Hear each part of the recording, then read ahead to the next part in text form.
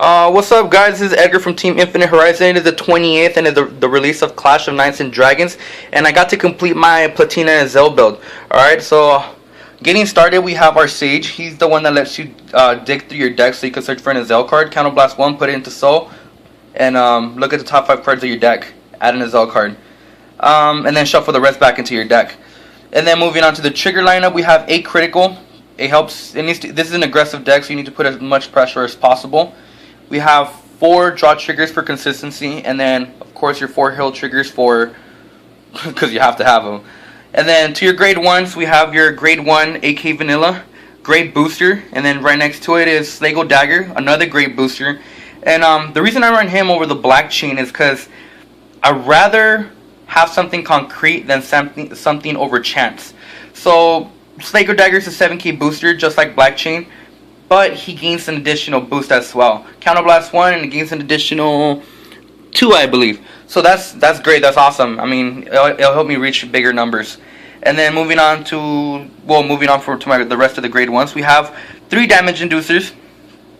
This helps you reach your limit break or your ultimate break as soon as possible, as quickly as possible, you could say. And then that damage goes away at the end of the turn. So it lets you push early game.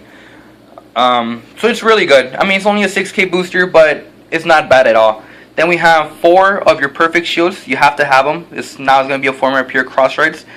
And the only deck that you really don't use this against is Maelstrom, just because he prevents you from it. But nevertheless, you still want to max out on your perfect shields. Moving on to grade 2s, we have our 10k vanilla, grade 2 vanillas.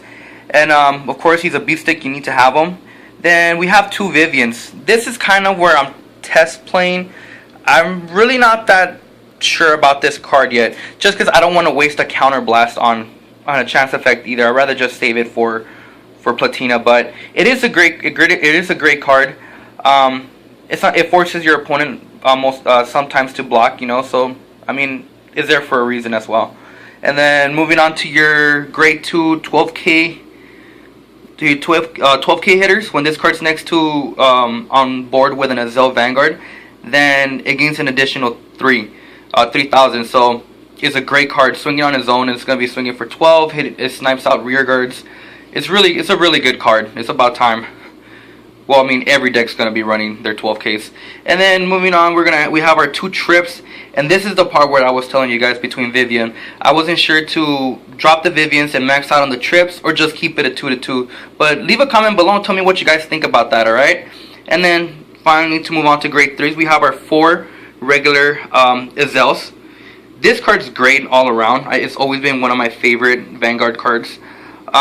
It just puts a lot of pressure. I mean, once you write it, it's swinging for high numbers. If you have a full board for 15 on its own, if you have a booster for 8k behind it, it's swinging for 23. So it's really good. And what I like to do is, once I'm at limit break, I use his counterblast once, bring out a rear guard, and then wait till next turn to do the ultimate break, so I can have enough for my ultimate break. So I mean, basic combo. But then moving on to what makes this deck so cool, fun, and exciting is, of course, 3 Platinas. And the reason I run 3 is because I really don't. It's not like Dote or PBO where they Persona Blast. So I really don't need the extra Platina. If I get it, I get it. If I don't, I have my Sage to try to search it out. Or again, vice versa. If I don't have the regular, so then I could search it out. But this card's great. It makes your rear guards hit for high numbers. At a moment, I was swinging. My rear guards were swinging for over 20k something, and with triggers, they were swinging for like 32 something. So great card. It's awesome. I'm glad that I got to finish this deck because this is the deck that I actually wanted to run. But tell me what you guys think of the deck, and please like, comment, subscribe, and we'll be bringing up more videos. Alright, thanks for watching.